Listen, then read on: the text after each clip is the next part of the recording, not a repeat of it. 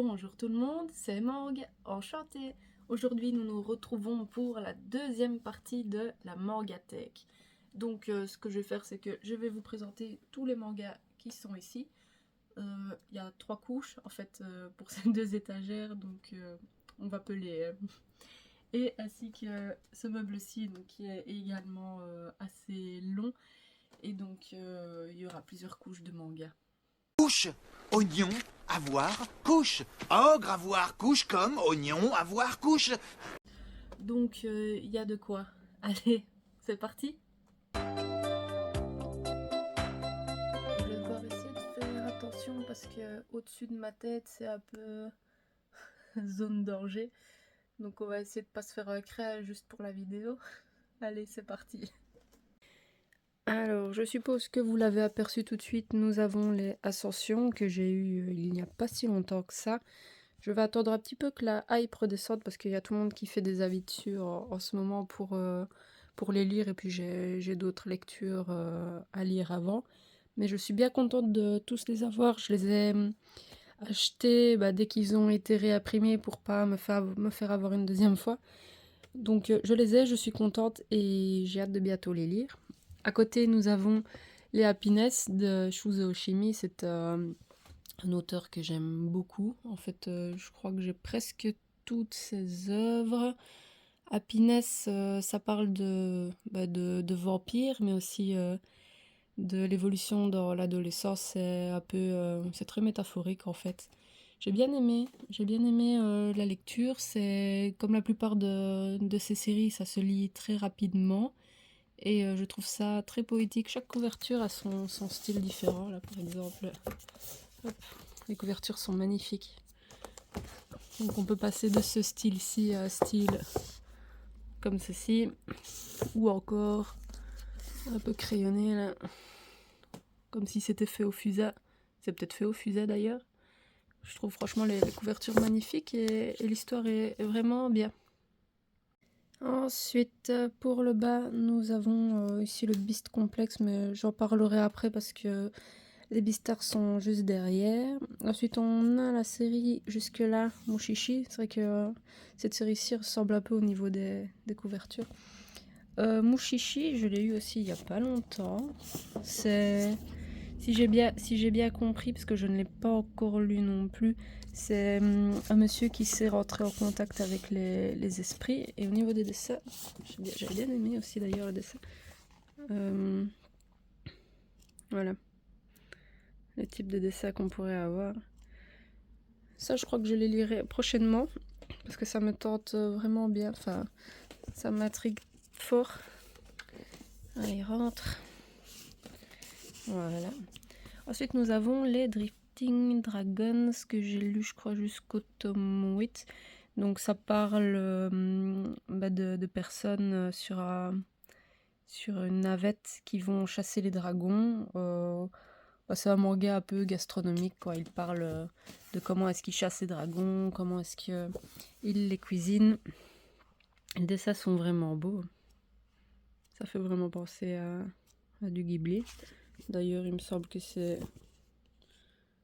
Non, je sais plus. Si au niveau des dessins, il y en a pas qui bossent là-bas. Je ne sais plus. Mais je conseille. Je conseille si vous aimez bien ce style-ci. Hop là. À côté, nous avons les Ikigami, dont j'ai fait la review lecture dans ma dernière vidéo. Donc Ikigami, une grosse dystopie sur des personnes qui se font vacciner. Et dans ce vaccin, en fait, ces personnes-ci ont une chance sur 1000 d'avoir une capsule mortelle qui va s'ouvrir avant l'âge de 24 ans, et ils sont prévenus avant l'ouverture de cette capsule 24 heures seulement avant. Et chaque tome a plusieurs histoires de ces personnes qui ont été choisies par l'Ikigami et présente la manière dont ces personnes vont profiter et couler de leurs 24 dernières heures à vivre. Il faut pas lire ça quand on n'est pas de bonne humeur, mais je conseille parce que c'est une très belle lecture quand même.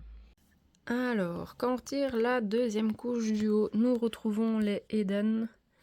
Les Eden que je n'ai pas encore lus. Je suis vraiment honteuse. Vous n'imaginez pas à quel point. Les Eden, j'aime beaucoup la science-fiction et j'en ai entendu beaucoup de bien, donc je compte également les lire. Hop, au niveau des dessins, voilà un petit peu ce qu'on retrouve. Ça a l'air sympa. Et voilà, comme c'est une série assez volumineuse, ça prendra du temps, mais le temps qu'il faut, les meilleures choses prennent du temps. Il faut se dire ça. À côté, nous avons les Balzac, que j'ai pas lu non plus. J'avoue que j'ai eu une grosse passe manga historique. Donc, j'avais acheté les Innocents, j'avais acheté, comment ça s'appelait, Ad Astra, ainsi que Césarée.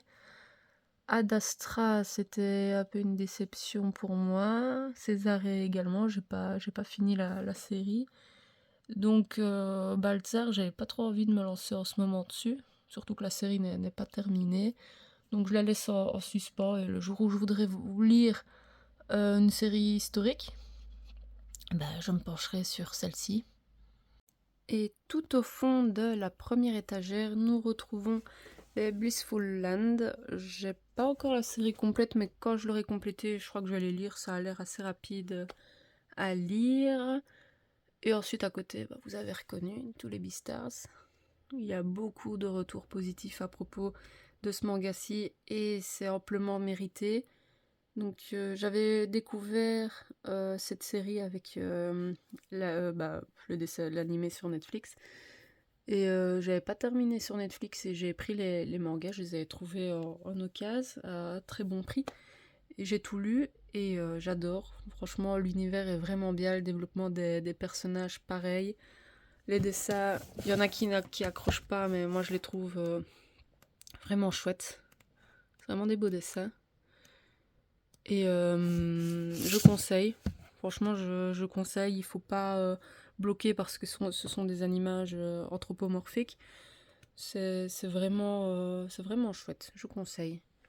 Ensuite, à côté, nous avons les plutôt que je n'ai pas encore lu. Donc, c'est de Naoki Urasawa et de Tezuka, parce que c'est dans le monde de Astro Boy. J'en ai entendu beaucoup de bien aussi et je me réjouis aussi de les lire. Je viens de remarquer, en rangeant les mangas, ça... Oh, je suis trop dégoûtée.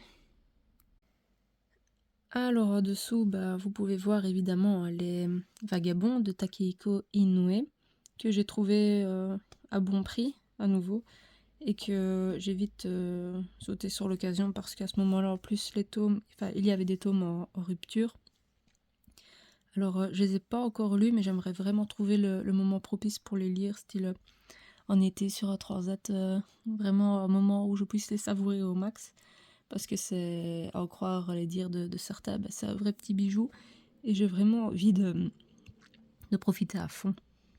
Ah, j'ai la gorge toute sèche, j'ai ma boisson à l'avoine qui passe pas bien. Alors, cela dit, à côté des Vagabonds, nous retrouvons les carnets de l'apothicaire, que j'ai lu jusqu'au tome 7, je pense. J'aime beaucoup. Et je continue à les lire de temps en temps. Ici, j'essaye d'en avoir quelques-uns de stock pour pouvoir en lire plusieurs d'affilée. Pour le moment, c'est toujours aussi bien. Les dessins sont sympas. Je vais peut-être sortir celui-ci parce que l'autre, c'est dans un coffret. Les dessins sont... C'est pas les meilleurs dessins du monde, mais ils sont chouettes. Et ils sont adéquats au manga. Ensuite, à côté, nous avons Une sacrée mamie. Une sacrée mamie, c'est un gros coup de cœur pour moi. J'ai lu jusqu'au tome 2. Il faudrait encore que je lise les 3 derniers. Une sacrée mamie, c'est un manga plein d'humanité, en fait. C'est très humain. C'est sur une mamie qui héberge chez lui l'enfant de sa fille. Et la mamie, en fait, elle a vraiment pas beaucoup d'argent et elle va montrer à ce petit garçon-là comment est-ce qu'elle fait pour subvenir à ses besoins à petit frame. Là, par exemple, sur l'image, on voit bien, enfin, c'est pas spoil, mais bon, ils vont dans la rivière parce qu'il y en a qui jettent les invendus, il me semble, dans la rivière. Donc, elle met un filet et elle récupère tout ça pour consommer parce que c'est encore consommable. Parfois aussi, il y a des objets style chaussures.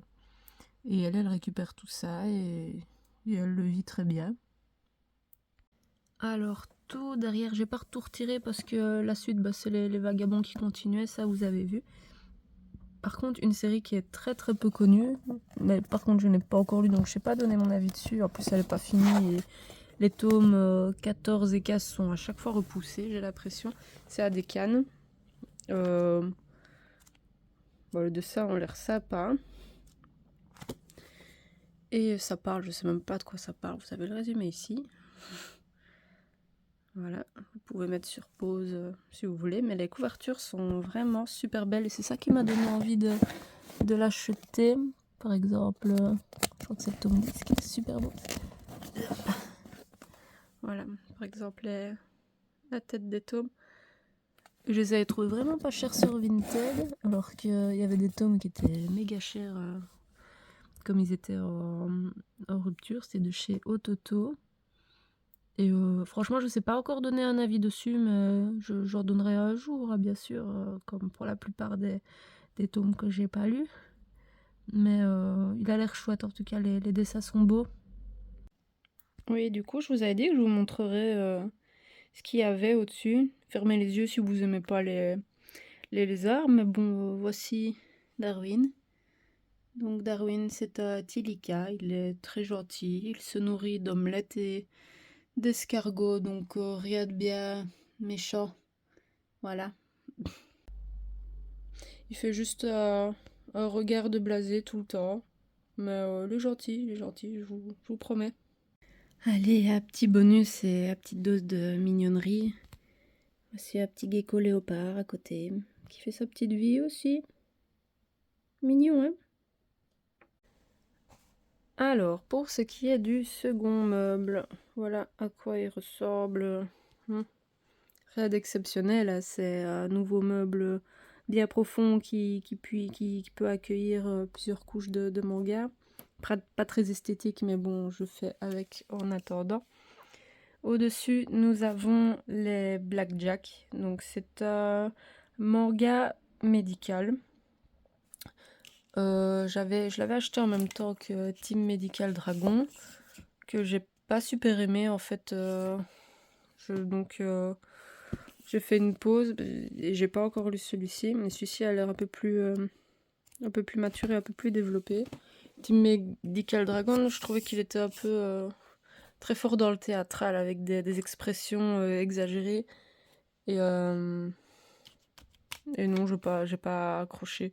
En plus, ça parlait de beaucoup de politique au sein de l'hôpital, mais surtout de la politique. Enfin, c'est intéressant, hein, mais moi, ça, j'ai pas accroché du tout au niveau des gens qui s'occupent de la gestion des hôpitaux et comment est-ce que ils peuvent se faire une place dans ces hôpitaux-là, etc. C'est pas, ça m'a un peu pompé, je vous avoue. À côté, Old Boy de la même maison d'édition.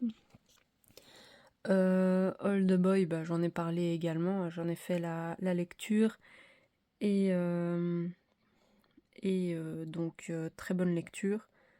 C'est un thriller sur un homme qui se fait enfermer pendant 10 ans dans une petite pièce et il se demande pourquoi et qui l'a enfermé dans cette pièce-ci et toute l'histoire repose sur ça. À côté, complètement une autre ambiance, c'est les Grands Blues. J'ai lu les 3 tomes, j'aimais bien, j'aime quand même bien ce manga-ci. Il y a pas mal de comiques de répétition. J'aime pas mal ce genre d'humour-là. À voir avec la suite des tomes, si j'achète les tomes qui me manquent, justement. Derrière tout ceci, nous avons un petit morceau avec les Claymore, mais ça j'en parlerai après quand je retirerai la deuxième couche.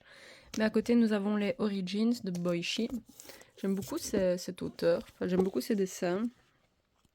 Voilà, il faut que je fasse attention parce que Je sais qu'il y a parfois des scènes, voilà, on voit un petit peu des fesses. Voilà. Bon, j'ai bien aimé l'histoire. C'est... En gros de gros, c'est un robot humanoïde qui essaye de se faire passer pour une vraie personne, donc il va mimer les émotions, les comportements, et parfois c'est assez rigolo les situations dans lesquelles il se met. Et ce qui va se passer, c'est qu'il y a d'autres robots humanoïdes qui vont apparaître et qui seront beaucoup moins sympathiques par rapport à ce robot-ci et à ses camarades. Je vais pas en dire de trop. Moi j'ai bien aimé. C'est pas le meilleur scénario du monde, mais ça fait le taf. À côté, nous avons les Valkyries Apocalypse. J'ai lu jusqu'au tome 11, je crois.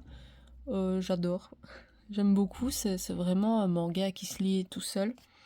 Alors qu'il y a quand même un peu des stratégies de combat pas méga ultra développées. Mais je trouve ça intéressant parce que chaque combat est propre au personnage. Donc on peut voir un Bouddha se battre contre un personnage historique. J'aurais pu les citer. Ça fait un moment que j'ai mis cette lecture en pause. Il y a parfois des personnages qu'on ne connaît pas parce que c'est fort. Il y en a qui viennent de tout ce qui est culture asiatique.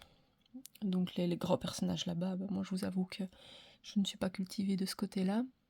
Mais les personnages type dieu grec ou personnages connus du style Jack l'Éventreur, ça c'est un peu plus connu mondialement. Ensuite, nous retrouvons à gauche les Clémores. Je les ai tous, mais je sais juste pas où j'ai foutu la suite. Les Clémores, il y en a plein qui disent que c'est un peu comme Berserk version féminin, mais je trouve que ça c'est vachement différent quand même. Enfin, c'est pas du tout le même type de scénario. En fait, les Clémores, ce sont si je me souviens bien, il faudrait que je me refasse la série pour me rappeler, c'était une des premières séries que j'ai lues. Ce sont des humains qui ont été modifiés génétiquement en se faisant transfuser, il me semble, du sang de démons. Donc ces femmes-là, ce sont normalement que des femmes, vont se battre, vont être utilisées comme des armes pour se battre contre les démons vraiment méchants qui ravagent les villages, etc. Et on suit, je sais plus comment elle s'appelle évidemment, une femme qui va rencontrer un humain et ils vont faire un petit bout de route ensemble. Et puis on va apprendre qu'il y a différents stades de transformation pour les Clémores. Et en gros, le manga, je trouve que c'est une forme d'évolution, parce que c'est de plus en plus... Les Clémores évoluent de plus en plus intensément, avec des formes de plus en plus dangereuses, on va dire. Et oui, je trouve pas que ça ressemble à Berserk, mais les dessins sont vraiment beaux. Je sais pas si je peux montrer, c'est le tome 16, donc... attendez. Voilà, par exemple, le genre de dessin. Par contre, les dessins sont vraiment, vraiment beaux. Voilà. Les dessins sont très beaux. Très, très beaux. Et je conseille... Hop, ne plie pas les mangas, s'il te plaît. À côté, on a les 7 ninjas des fous. Je l'ai lu, et j'adore vraiment les dessins, c'est magnifique. Je vais vous montrer aussi, voilà par exemple. Alors, il faut que je fasse gaffe, à chaque fois j'oublie qu'il peut y avoir des scènes, voilà par exemple. C'est pas très tendre, ça, c'est le même auteur que Shigurui, donc il y a des scènes vraiment pas très tendres dans ce manga, c'est pas pour tout le monde. Les 7 ninjas des fous, j'ai beaucoup aimé la lecture, mais c'est super important de les lire d'une traite en fait. Sinon, il y a tellement de détails que vous oubliez et vous n'arrivez plus à suivre l'histoire, surtout qu'il y a des bonds dans le temps, des bonds entre les personnages. Chaque tome, ça parle d'un personnage différent avec des personnages secondaires en plus, donc on s'en mêle très vite les pinceaux. Mais j'ai vraiment bien aimé. Franchement, c'est un style que j'aime bien, c'est original comme histoire. Donc je conseille, mais il faut se concentrer et tout lire d'une traite. Et à côté, nous avons Bonne Nuit Poun Poun. Bonne Nuit Poun Poun, c'est le premier Inyo Asano que j'ai lu. L'histoire, on suit un petit personnage qui s'appelle Poun Poun. Alors, c'est un humain, sauf qu'il est représenté, si je le trouve, voilà, il est représenté, voilà, comme ça, un genre de petit piou. Donc, ça présente tout le manga, ça parle de la vie de Poun Poun, son évolution, le passage à l'adolescence, à l'âge adulte, etc. Et toutes les confrontations aux réalités de la vie, même par rapport à lui, à ses démons et tout ça. Et je trouve ça vraiment chouette. Pas une lecture pour tout le monde non plus, parce que ça parle quand même... Il y a pas mal de trucs de sexualité, et puis aussi des sujets qui tournent autour du DSM, de la maladie aussi, enfin toutes les réalités de la vie, comme je l'ai dit. Mais c'est vraiment une très bonne lecture, je trouve, toujours avec le style un peu torturé de l'auteur, parce que j'ai l'impression que ça finit rarement bien, lui, dans ses histoires, au niveau de l'amour, etc. Mais j'ai vraiment bien apprécié la lecture. Et évidemment, j'ai oublié de dire, mais il y a des passages quand même assez barrés, mais bon, c'est propre à Inyo Asano, je conseille. À l'étage du dessous, nous retrouvons à nouveau du Sujo Shimi, donc qui s'intitule Dans l'intimité de Marie. Alors, c'est une histoire d'un jeune homme qui se réveille dans le corps de la fille dont il est très fort amoureux. Et le manga parle tout au long de la recherche du pourquoi il se réveille dans le corps de cette fille-là et comment est-ce qu'il va s'en sortir pour continuer à vivre dans ce corps-ci en imitant un peu cette fille-là et en essayant de comprendre où elle est passée finalement. Et j'ai bien aimé la fin. Ça se lit super vite. Donc franchement, une petite lecture sympathique. À côté, nous avons une lecture qui s'appelle Les enfants de la baleine. J'en entends jamais parler. Je ne sais pas pourquoi. J'ai lu les 3 premiers tomes. J'ai vraiment bien aimé. Les dessins sont très sympas aussi. Oui, par exemple, ça me fait penser beaucoup à du Ghibli en fait. Même au niveau de l'univers. En fait, ce sont des gens qui habite sur une île mouvante qui s'appelle la Baleine. Alors cette île, en fait, elle n'est pas entourée d'une mer d'eau, mais une mer de sable. Et ces gens-ci ont une culture très propre à leur civilisation, on va dire. Et je trouve ça intéressant de découvrir un peu cet univers. Les couvertures sont vraiment trop belles. Elles sont toutes magnifiques. Franchement... Par contre, j'ai lu que les 3 premiers tomes. J'attends que la série soit terminée pour tout relire et tout me refaire d'une traite. Ça finit au tome 23. C'est terminé au Japon, donc il manque juste 2 tomes pour chez nous. Et je donnerai mon avis une fois que j'aurai tout lu, parce que peut-être que ce sera une grosse déception, hein, je ne sais pas. Mais les 3 premiers tomes m'ont convaincu en tout cas. Ensuite, nous avons Butterfly Beast. J'avais commencé les 2 premiers tomes, mais j'ai pas fini la série. Il faudrait que je la termine pour me faire un avis, parce que y a pas mal de personnes qui ont dit qu'ils sont restés très très forts sur leur fin à la lecture du dernier tome et qu'ils espéraient qu'il y ait une suite pour combler un peu cette lacune que la série a laissée. Mais sinon, les dessins étaient vraiment pas mal. Ça parle d'une femme qui assassine des anciens, je crois que c'est des anciennes personnes qui participent à la guerre, etc. et qui continuent leurs méfaits malgré la fin de la guerre. Peut-être que je dis une grosse bouse, hein, mais je sais plus trop, mais en tout cas les dessins sont magnifiques et j'en ferai une review comme pour les autres. Et surtout par rapport à la fin. À côté, complètement un autre univers, nous avons les minuscules. Les minuscules, je les lis vraiment une fois de temps en temps. C'est vraiment une lecture une lecture un peu passe-temps, là, comme de temps en temps qu'on a envie d'ouvrir la DS et jouer un petit peu par nostalgie. J'ai vraiment la même impression en fait avec ce manga-ci. Donc c'est avec... on suit deux jeunes filles. On ne sait pas, peut-être qu'elles sont âgées en fait. Comme elles sont toutes petites et toutes mignonnes. Je sais pas quel âge elles ont.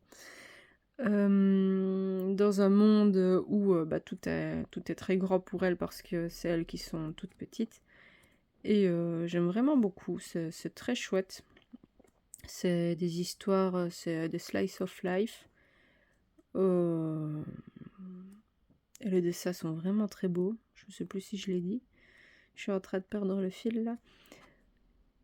Et oui, non, très sympa, très mignon. Il en faut un petit peu quand même dans toute mangatech. À nouveau, un manga culturel. C'est Bright Stories. Bright Stories, j'essaye de me mettre à jour. Il faudrait que je les lise aussi. Enfin, j'ai lu les 2 premiers et l'histoire m'avait bien plu. On suit un monsieur qui découvre en fait chaque civilisation et principalement au sujet des couples dans ces civilisations-ci. Moi, ça me fait penser beaucoup un peu à l'émission Rendez-vous en Terre Inconnue, voilà. Et je trouve ça vraiment chouette, les dessins sont très beaux. Ce sont des chouettes lectures. Et faudrait que je les continue. Mais comme minuscule, c'est vraiment des livres que j'aime lire de temps à autre, à certains moments. Alors, la dernière couche de la 2e étagère de ce meuble-ci, vous pouvez apercevoir ici le Green Blood. Alors le Green Blood, j'ai vraiment eu de la chute de dague parce que je l'ai trouvé, je crois, à 25 € sur Vinted et l'annonce venait tout juste d'être postée. Et j'ai pas hésité, j'ai sauté sur l'occasion, j'ai même pas regardé l'état des bouquets, mais en fait il est en excellent état. Non, pour le coup j'ai vraiment eu de la chute. À côté, par contre j'ai pas lu. J'ai pas encore lu, mais les dessins ont l'air bien. Les dessins ont l'air vraiment vachement bien. Donc à voir, et je ferai une review dessus. Hop là.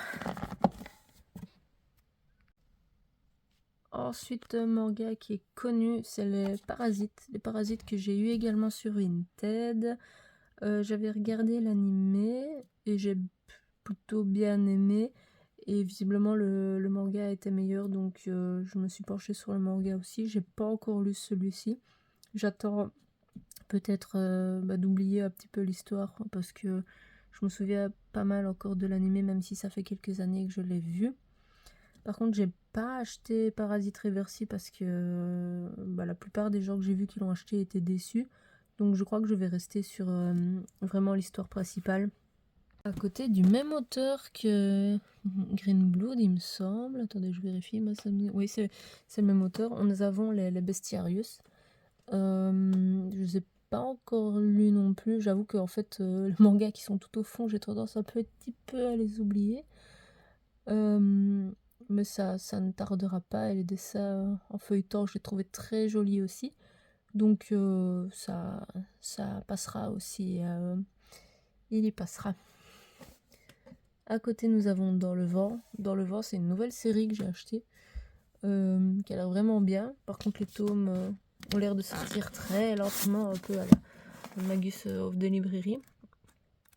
Si j'ai bien compris, parce que j'ai pas lu évidemment, c'est un monsieur qui arrive à communiquer avec la technologie, les voitures, tout ça. Si je dis pas de conneries encore une fois. Je trouvais le scénario intéressant, original en tout cas, donc je me ferai une idée et je vous dirai quoi. Et ensuite à côté nous avons les basilisques. Les basilisques, il faut que je les lise aussi.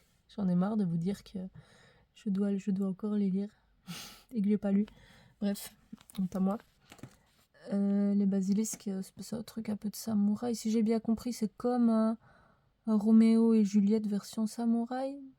Bon, je vous dirai quoi à la lecture aussi, idem. Alors, je sais que ça peut paraître super indécent d'avoir autant de mangas et de pas les avoir encore lus. Donc je répète, j'en suis à presque 700, non un peu plus, un peu moins maintenant, 600 et des mangas pas encore lus. Mais faut savoir que la plupart de ces mangas-ci, je les ai trouvés en seconde main et à des prix vraiment très raisonnables et très attractifs que je pouvais pas passer à côté. Souvent, en fait, ces bons prix-ci, je les trouve quand je travaille en nuit et qu'il n'y a pas énormément de gens qui voient les annonces que les vendeurs postent. Je parle de Vinted, la plupart de mes mangas, je les ai sur Vinted. Et j'ai pas envie de rater l'occasion, surtout que je les ai tous ces tomes-ci que j'ai pas encore lus pour la plupart, la plus grande majorité. Je les ai pris il y a un an où je trouve que c'était pas encore trop cher le prix de revente.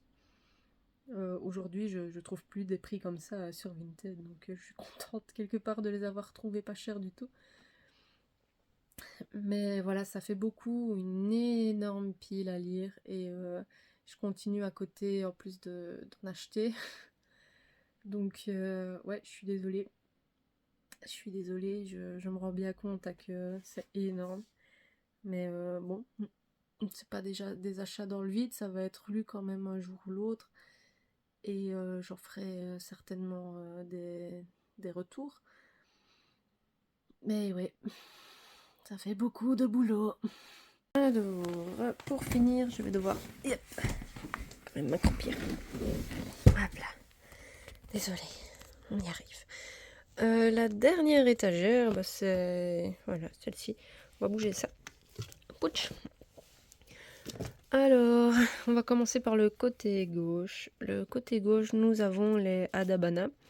Donc, il y a une histoire d'enquête sur une fille dont la meilleure amie est décédée. Et cette fille-ci va aller dire aux autorités que c'est elle qui l'a tuée.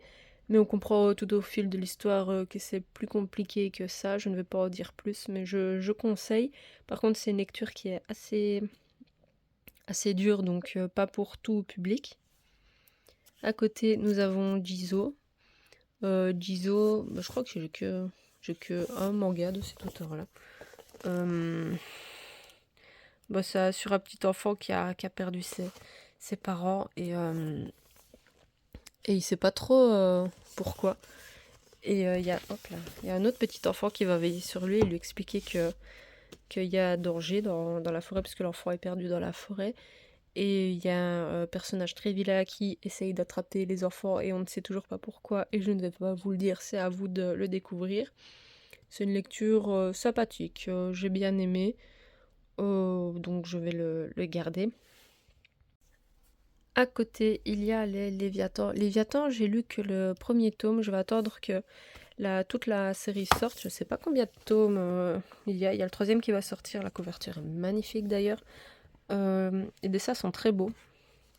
Et j'ai vraiment bien aimé le premier tome. Donc je vais... Regardez-moi ces couvertures. Donc je vais attendre que tous les tomes sortent pour pouvoir le lire. Tu vas y arriver. Hop.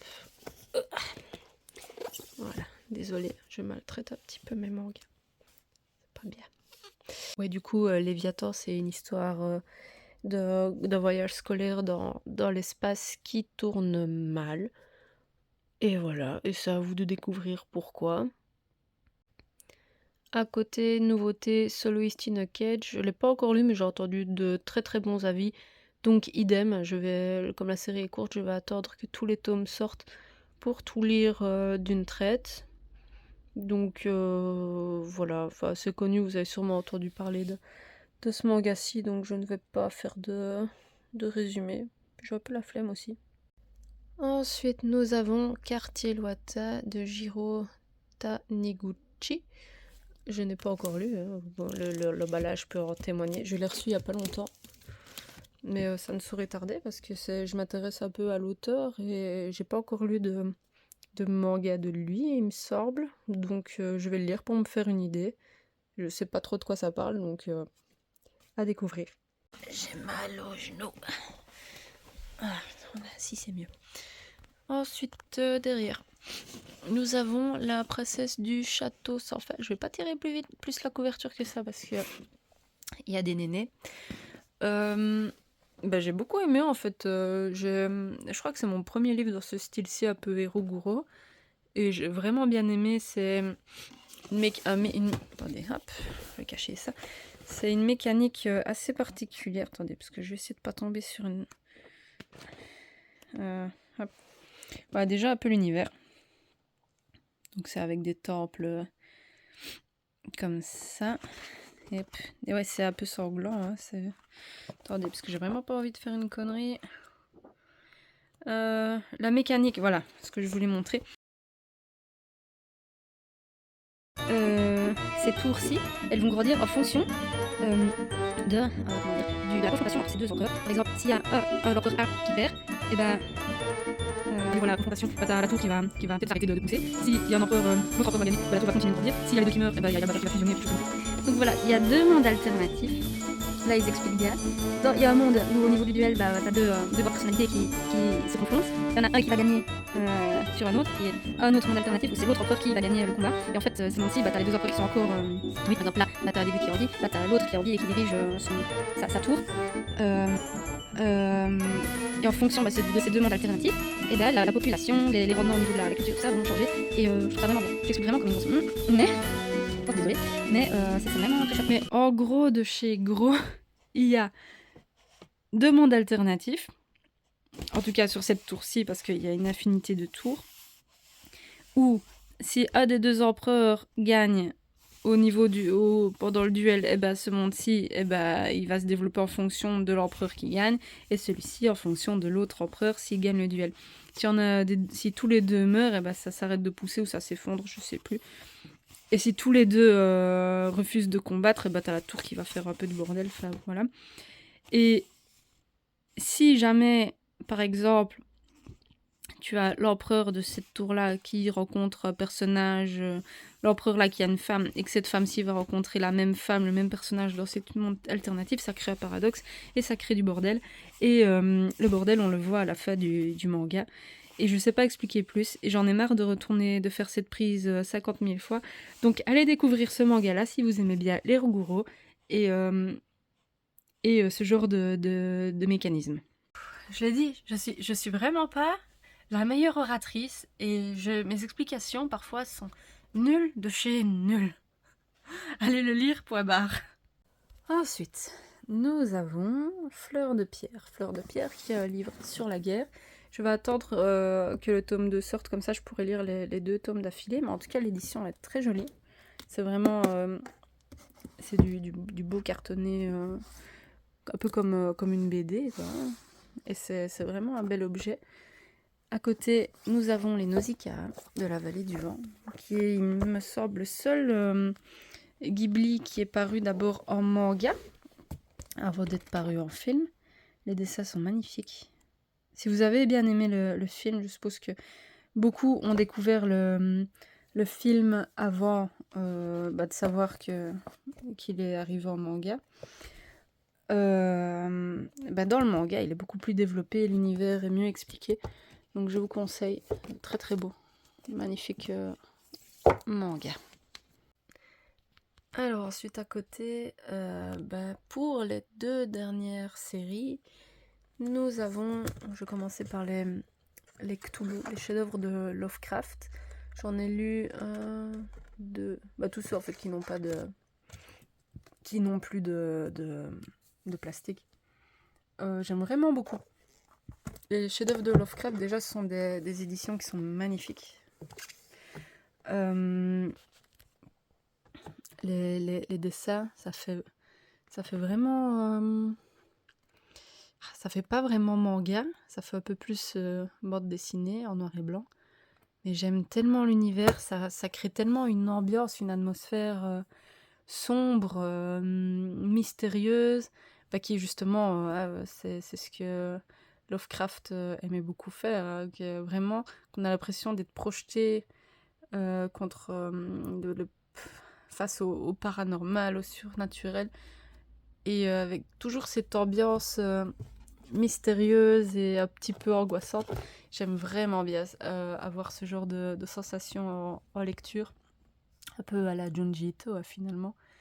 et je conseille vraiment. Et ceux-ci, bah oui, comme les Junji Ito, en fait, je ne les lis pas tous d'une traite, je m'en garde un de temps en temps, comme il n'y a pas énormément de tomes non plus, je crois qu'il me manque juste le Molosse et j'ai tout.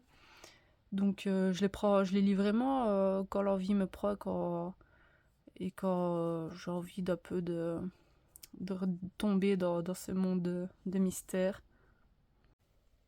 Et derrière, je t'ai pas demandé de bouger, nous avons, par contre ils sont toujours emballés, donc vous vous doutez bien que je ne les ai pas encore lus. Ce sont les Sunken Rock. Donc les Sunken Rock par Boichi, c'est le premier que j'ai acheté au final, mais que j'ai pas encore lu, je sais même pas pourquoi je les ai pas encore lu, parce que le tome 1 j'ai vraiment bien aimé, par contre je vais faire gaffe en ouvrant. Bah oui, c'est un peu un univers que j'aime beaucoup, quoi. C'est un gars qui rejoue à la mafia. Dans cette mafia-là, il y a plein de styles de comics que j'aime beaucoup, enfin, en tout cas personnellement.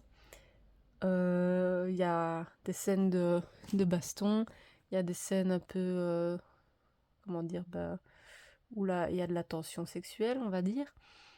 Et aussi, bah, il y a de l'humour. Donc tous les ingrédients font que j'ai tout acheté et il faut que je lise tout pour que je me fasse un avis complet là-dessus. Voilà. Alors voilà, la deuxième partie de la vidéo Mangatech est terminée. J'espère que cette vidéo vous aura plu, que j'ai pas été trop barbante parce que je sais que je peux l'être parfois. Aussi que vous n'avez pas été trop choqués de tous les mangas que j'ai pas encore lus. Je suis désolée encore une fois.